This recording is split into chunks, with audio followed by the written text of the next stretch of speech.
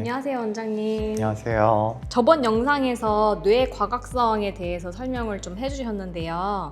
많은 분들이 좀 공감을 많이 해주시더라고요. 오늘은 또 어떤 내용을 가지고 오셨을까요? 오늘은 어떻게 하면 그 과각성을 안정시킬 수 있을지 음식을 통해서 설명을 드리려고 하거든요. 음식은 사실은 어떻게 보면은 우리가 하는 행동 중에 제일 중요한 행동이라고 할 수도 있을 것 같아요. 왜냐하면 하루에 최소 3번 이상 무언가를 먹잖아요. 사실 3번이 아니라 간식 먹고 하는 것까지 하면은 하루에 뭐 6, 7번 이상 계속 뭔가를 먹고 있게 되는데, 우리가 뇌를 좀 편안하게 만드는 음식을 먹는지 혹은 뇌를 더 긴장하게 만드는 음식을 먹는지에 따라서 우리가 잠을 편안하게 자는 거나 혹은 이명 소리가 들릴 때 그 이명을 줄이는데 굉장히 큰 역할을 한다고 볼 수 있어요. 그래서 오늘은 음식에 대한 이야기를 드리고 싶습니다. 그래서 일단은 간단하게 지난번에 설명드렸던 우리 뇌의 엑셀과 브레이크 두 가지 역할을 하는 뇌의 신경 전달 물질에 대해서 한번 설명을 드리고 뒤에 음식에 대해서 설명을 드릴게요. 혹시 영상을 안 보셨으면 먼저 보고 오시는 것도 좋습니다. 그래서 우리 뇌에서 엑셀 역할을 하는 그 신경 전달 물질은 글루타메이트라고 해요. 뇌 세포를 흥분시키고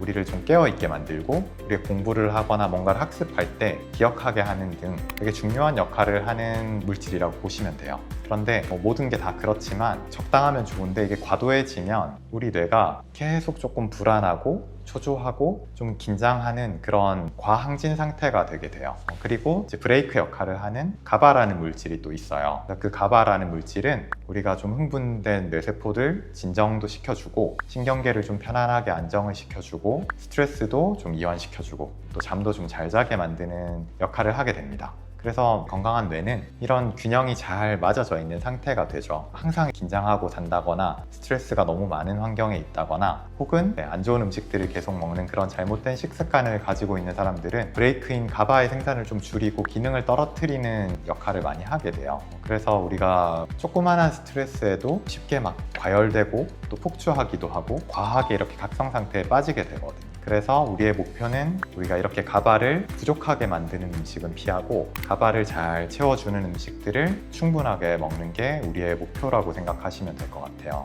그 음식들에 대해서 이제 오늘은 한번 알려드려 보겠습니다. 우리가 일단은 반드시 피해야 될 음식이라고 생각을 하면 가장 흔한 게 있는데요. 첫 번째는 카페인입니다.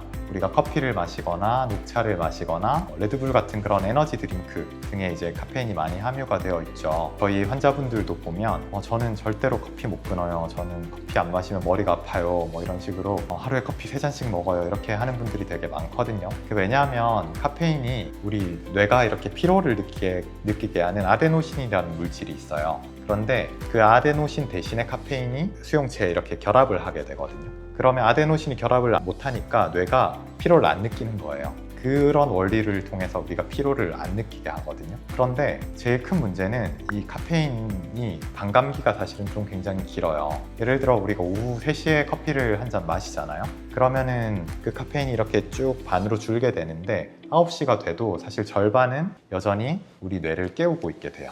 그래서 밤 9시에 이미 이렇게 깨어있는 상태가 되기 때문에 잠드는 시간이 더 늦어지고 혹은 잠을 들어도 깊이 잠들지 못하고 우리 수면 질이 굉장히 많이 떨어져서 다음날 자고 났는데도 왜 이렇게 피곤하지? 자고 났는데 더 자고 싶어 상태를 만드는 악순환을 만드는 제일 첫 번째 물질이 카페인이라고 생각을 하시면 될 것 같아요. 두 번째는 요즘에 우리가 정제되어 있는 설탕이라든가 단순한 탄수화물들을 많이 섭취를 하게 되잖아요. 그래서 스트레스를 받거나 뭐 그럴 때는 단 음식이 땡기죠, 당연히. 그런 게 너무 당연한 생리적인 반응인데 설탕이나 핵산과당이나 한 밀가루 같은 그런 정제되어 있는 탄수화물은 혈당을 이렇게 급격하게 올리고 또 급격하게 올라간 혈당은 우리 몸에서 또 급격하게 떨어뜨리거든요. 그렇게 올라갔다 내려오는 과정에서 우리 몸이 또다시 스트레스 상태로 들어가게 돼요.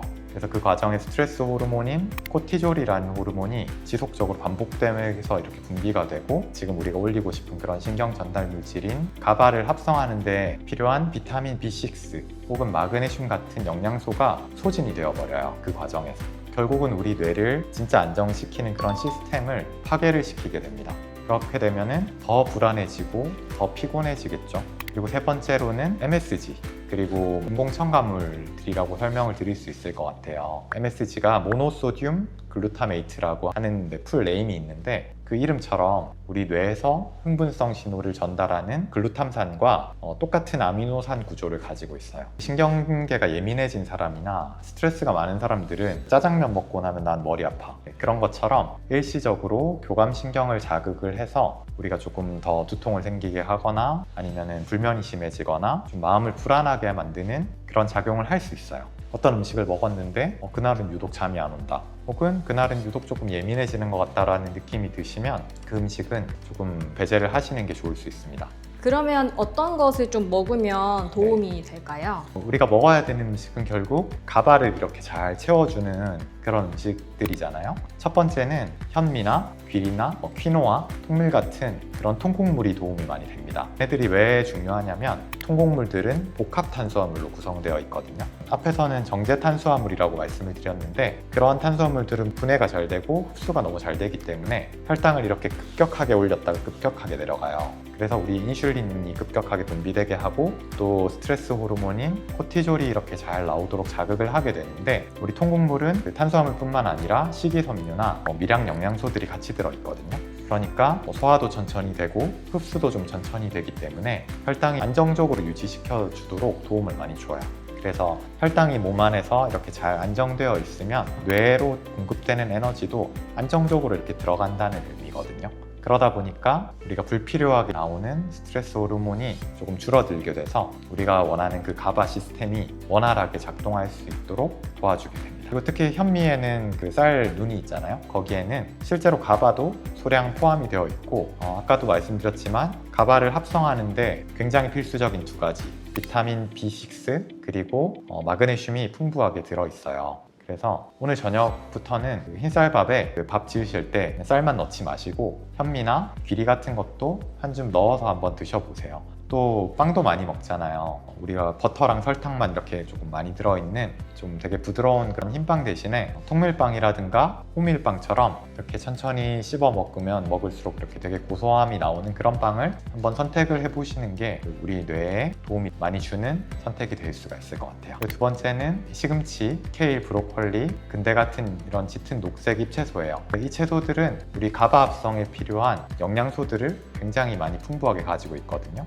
특히 글루타민이라는 아미노산이 많이 들어있는데 뇌에서 글루타메이트로 전환되고 그리고 비타민 B6 그런 효소의 도움을 받아서 최종적으로 가바를 합성하는 물질이에요. 그래서 우리가 좋은 원재료가 충분히 공급이 될 때는 우리 뇌가 필요할 때마다 안정적으로 브레이크 신호를 만들어낼 수 있는 거예요. 그리고 또 녹색 잎채소가 마그네슘도 많이 갖고 있거든요. 마그네슘이 우리 신경계의 흥분도 안정시켜주고 그래서 마그네슘이 부족해지면 불안해지거나 불면이 심해지게 돼요. 그래서 우리가 매 끼니에 또 시금치나 케일 같은 녹색 채소를 또 한 접시씩 한번 곁들여 보시면 도움이 될 수 있을 것 같습니다. 세 번째는 발효 음식이거든요. 우리가 흔히 먹는 김치, 된장, 낫또, 캐피어 이런 것들이 이제 발효식품인데 우리 장은 제2의 뇌라고 불릴 정도로 뇌하고 굉장히 밀접한 관련이 있어요. 이 장과 뇌는 위주신경이라고 하는 쉽게 말하면 고속도로를 통해서 실시간으로 신호를 주고받는데 장내 미생물들의 그런 균형이 건강해지면 이 고속도로를 타고 뇌로 전달되는 신호도 굉장히 안정적으로 됩니다. 발효식품에는 우리가 잘 아시는 것처럼 프로바이오틱스가 풍부한데 그게 장내에서 직접 가바를 생성할 수 있는 능력을 가지고 있어요. 따라서 우리가 발효식품을 꾸준히 섭취하는 것이 장 건강도 지키고 뇌의 안정회로도 활성화하는 그런 효과를 줍니다. 그런데 김치찌개나 된장찌개 이렇게 끓여 드실 때 너무 짜지 않도록 염분이 너무 높지 않도록 조리를 잘 하셔야 되고요. 플레인 요거트나 캐피어 이런 거에 견과류나 블루베리 같은 거를 곁들여서 아침에 드시면 우리 장도 건강하게 하고 뇌도 건강하게 하는 그런 되게 좋은 식습관이 될 것 같아요.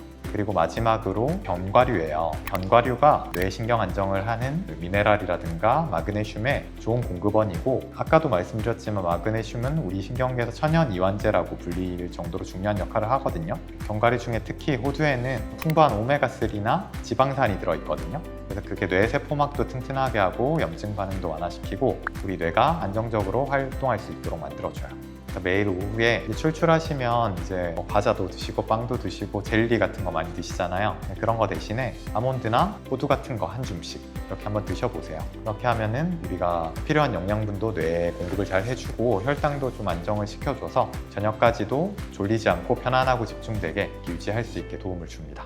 근데 설탕이나 소금 같은 거 들어있는 그런 견과류 말고 퓨어한 견과류를 드시는 게 중요해요. 그래서 우리가 하루에 최소 3번 혹은 뭐 6번, 7번 음식을 먹기 때문에 우리가 단순히 배를 채우는 것을 넘어서 우리 뇌의 엑셀이랑 브레이크를 조율하는 되게 중요한 도구로 사용할 수 있거든요. 그래서 오늘부터 식단을 조금씩 한번 변화를 시도를 해보세요. 식사 후에 커피 드셨으면 이제 캐모마일 차 드시고 또 밥에도 현미 한번 섞어보시고 과자나 빵 같은 거 드시는 거 대신에 아몬드 같은 그런 간식을 한번 드셔보는 작은 습관을 한번 바꿔보시면 도움이 되실 것 같아요. 혹시 앞에 내용을 안 보셨으면 또 한번 영상 지금 링크 올라갈 테니까 한번 찾아보시면 더 쉽게 이해가 되실 거고 우리가 뭘 먹을지 선택하는 거는 되게 주체적인 행동이잖아요.